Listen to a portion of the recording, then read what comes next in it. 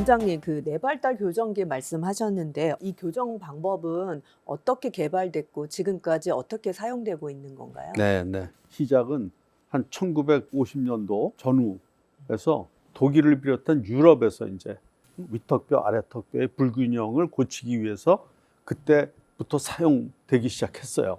그러니까 유럽형이죠, 이게.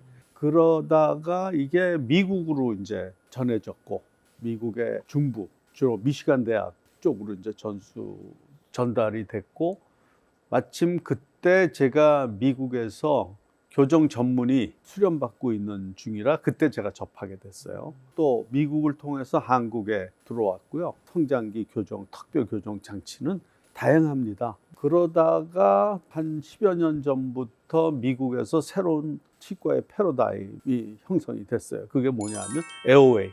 산소가 들어와서 위로 올라가면 뇌발달. 이제는 교정은 치아만 가지런하게 하는 게 아니고 숨을 잘 쉬게 만들어야 된다.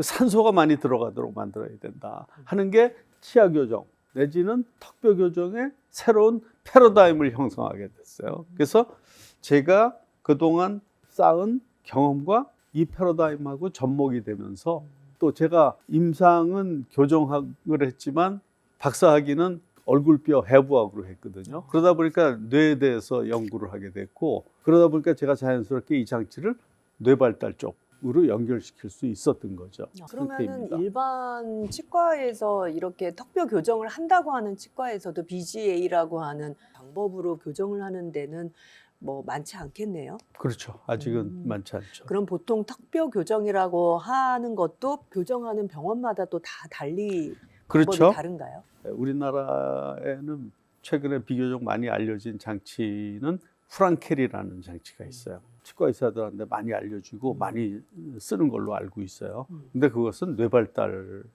이런 비염 고치고 하는 거하고는 관계없이 그냥 턱뼈 성장, 턱뼈 불균형을 좀 고치는 정도. 네. 그래도 턱뼈 교정이 되게 중요하기 때문에 아까 원장님 말씀하셨던 것처럼 그런 효과를 위해서는 턱뼈 교정이 필요한 아이들은 이 그렇죠. 뇌발달과 연결돼 있는 BGA라는 방법이 일단 최선이다라는 예. 얘기시고요.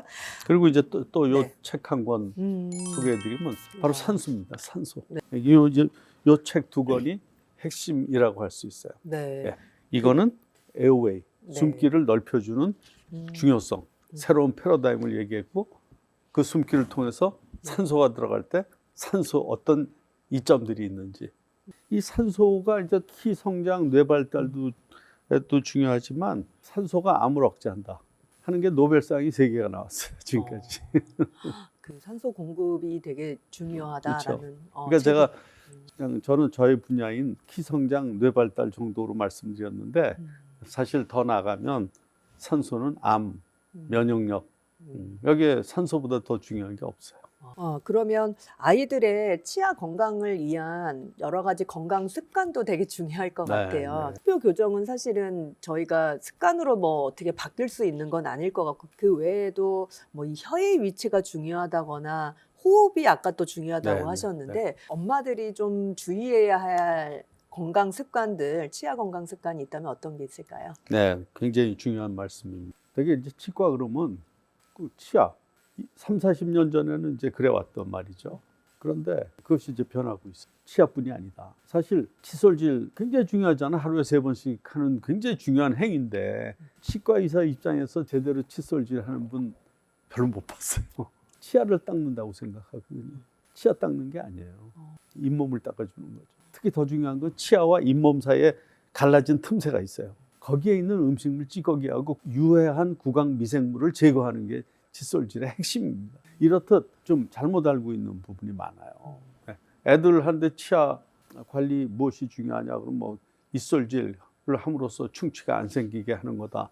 물론 맞습니다.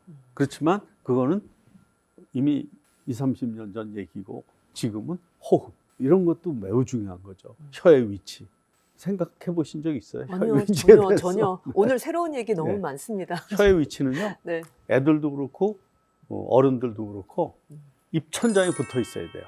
그게 보통 자세입니다. 가만히 있을 때도 혀는 떨어지면 안 돼요. 그리고 혀가 떨어져 있으면 입천장하고 혀 사이에 공간이 있잖아요. 그 공간으로 공기가 왔다 갔다 하는 그게 바로 건강에 그렇게 나쁘다는 입호흡이에요. 혀는 입천장이. 애들 습관을 시켜야 돼요. 그래서 그런 간단한 장치가 있어요. 혀 근육을 입천장에 붙게 훈련시켜주는. 근데 입천장에 혀가 안 붙는 거를 아까 입호흡을 한다는 네. 거를 입을 벌리고 있는 걸 본다고 하는데 혹시 그걸 다른 방법으로 체크하는 어떤 체크리스트가 그러니까 있나요? 혀가 입천장에 붙어 있으면 입호흡을 안 하겠죠. 근데 이것은 성인들한테도 굉장히 중요해요. MEWING 한번 찾아보세요. 뮤잉이라고 영국의 교정 전문의 닥터 뮤라고 그 사람이 만든 거예요. 그래서 이거는 성인들도 하면요 성형 효과가 나와요. 턱 뒤에 있는 목젖 있죠. 여기 도톰한 거 이거 없어지고 턱선이 샤프하게 돼요. 이렇게. 전혀 모르는 여러 얘기들이 나와서 너무 흥미롭습니다. 참고로 말씀드리면요, 이거 모르는 분들이 많아요. 앉을 때 기본 자세 네. 있듯이 네. 구강의 기본 자세 알려드릴게요. 네. 우선 입술은 다물고 치아는 띄고 물으면 안 돼요. 치아는 위아래가 떨어져 있어야 돼요. 그리고 혀는 올라붙고 입천장에. 그게 구강의 기본 자세입니다. 근데 이런 자세를 보통 안 하는 사람도 많다는 얘기네요. 안 하는 것보다 모르죠. 어. 그런 거 어디서 치과에서 들어본 적이 별로 없을 거예요. 그렇게 하는 자세가 그러면 전체 턱뼈에도 좋고 그다음에 숨 숨 쉬는 거, 쉬는데 호흡. 호흡에 네. 좋고.